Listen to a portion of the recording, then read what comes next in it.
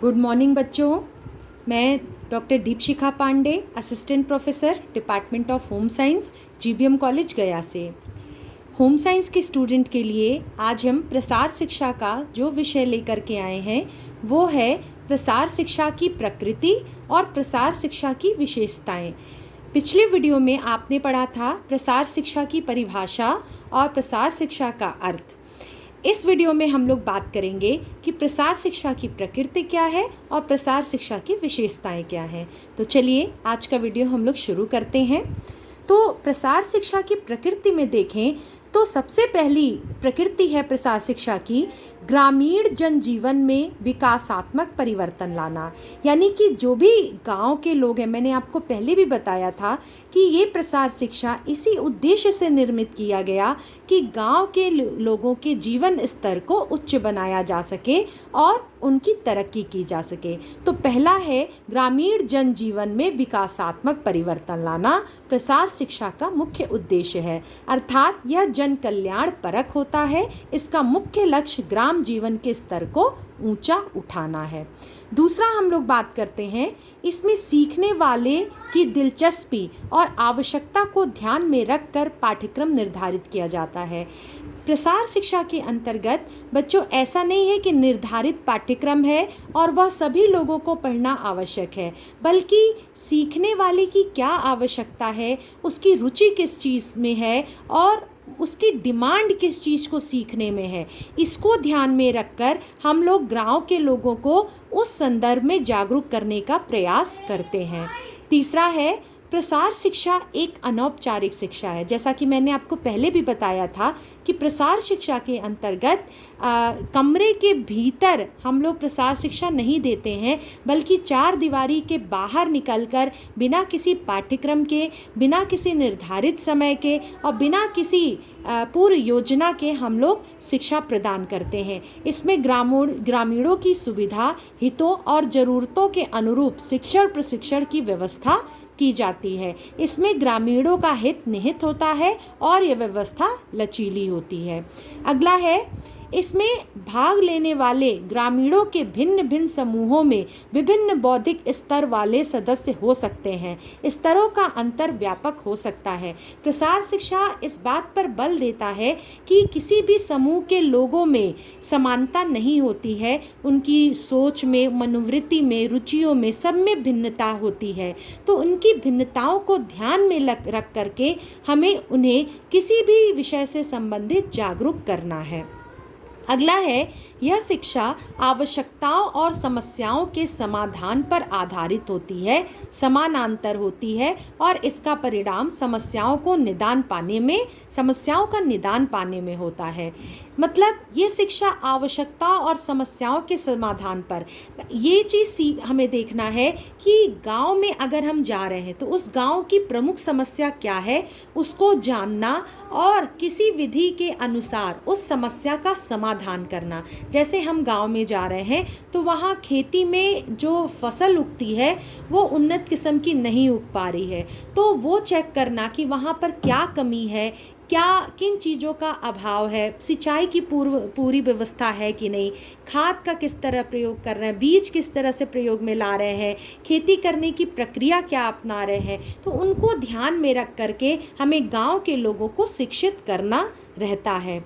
इस शिक्षा में पूर्व निर्धारित कुछ भी नहीं होता, यानी कि हम पहले से कोई पाठ्यक्रम तय नहीं कर रहे हैं। हम गांव गए, वहाँ की समस्या के बारे में जानकारी लिए और जानकारी के आधार पर हम लोगों ने उनको शिक्षा प्रदान की।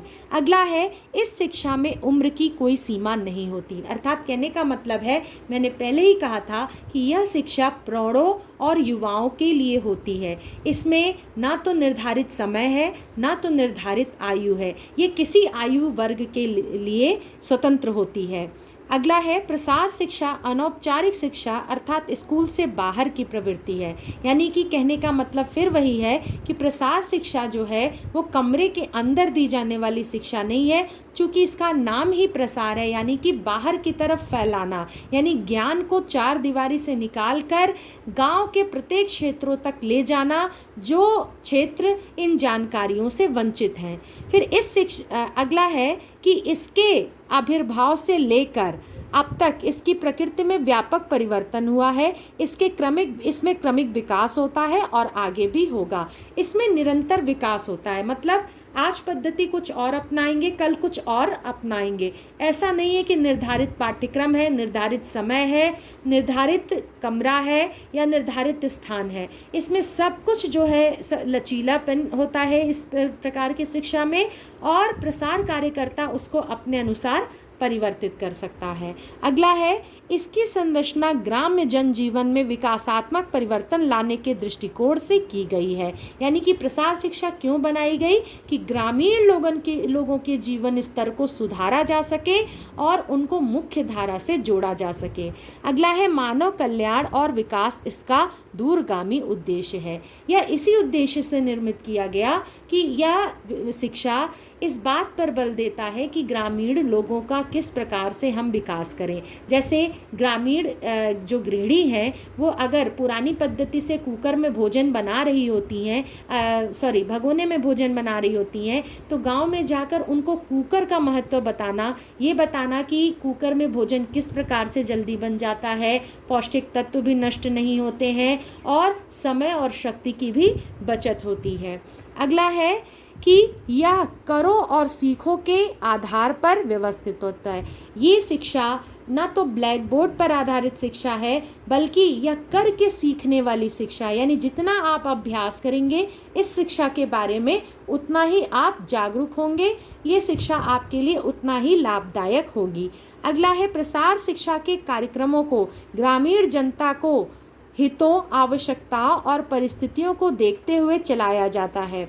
यानी कि हम कोई भी कार्यक्रम निर्धारित करें वो ग्रामीण जनता के हित के लिए हो, उनकी आवश्यकता के लिए हो और परिस्थिति को देखते हुए। मान लीजिए एक गांव में सिंचाई की समस्या है और वहां जाकर के हम आपसे बात करने लगे कि सोलर एनर्जी की व्यवस्था आप किस तरह से करें, तो कोई ग्रामीण जन आपकी बातों पर ध्यान नहीं देंगे, गौर से नहीं सुनेंगे, क्योंकि आप उनकी समस्या या आवश्यकता से संबंधित बात नहीं कर रहे हैं या शिक्षा नहीं दे रहे हैं।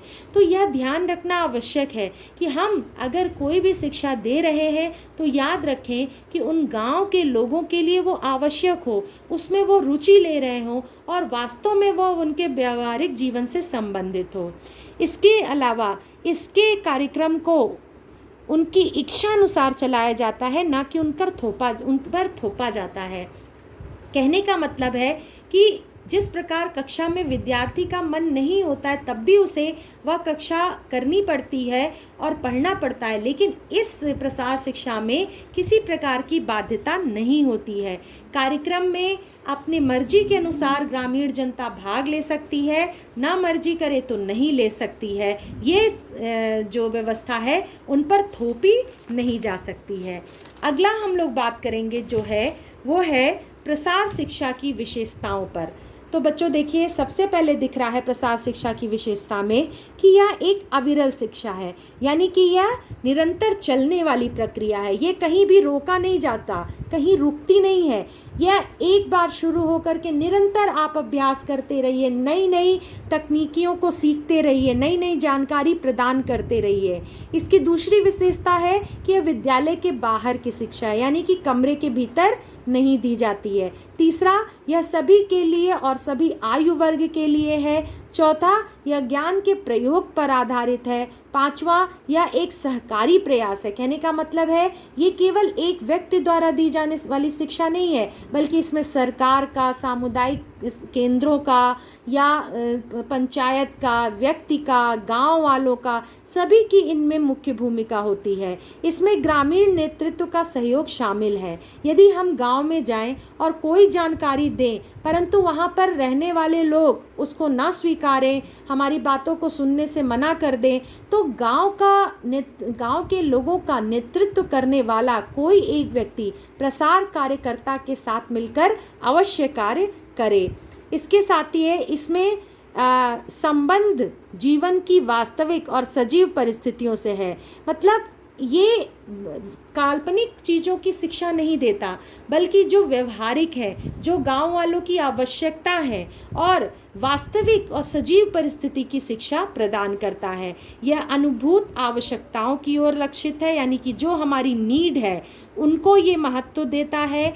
इस कार्यक्रम में लचीलापन होता है। कहने का मतलब है, अगर हम गांव में शिक्षा देने गए सिंचाई की और वहाँ पर महामारी फैली हुई है किसी भी रोग की, तो हमारा यह दायित्व तो बनता है कि जो समस्या पहले आई हुई है हम उसका निराकरण पहले करें, उसके प्रति गांव वालों को जागरूक करें। यह हमारा प्रमुख दायित्व तो होना चाहिए। यानी कहने का मतलब है कार्यक्रम में लचीलापन होता है।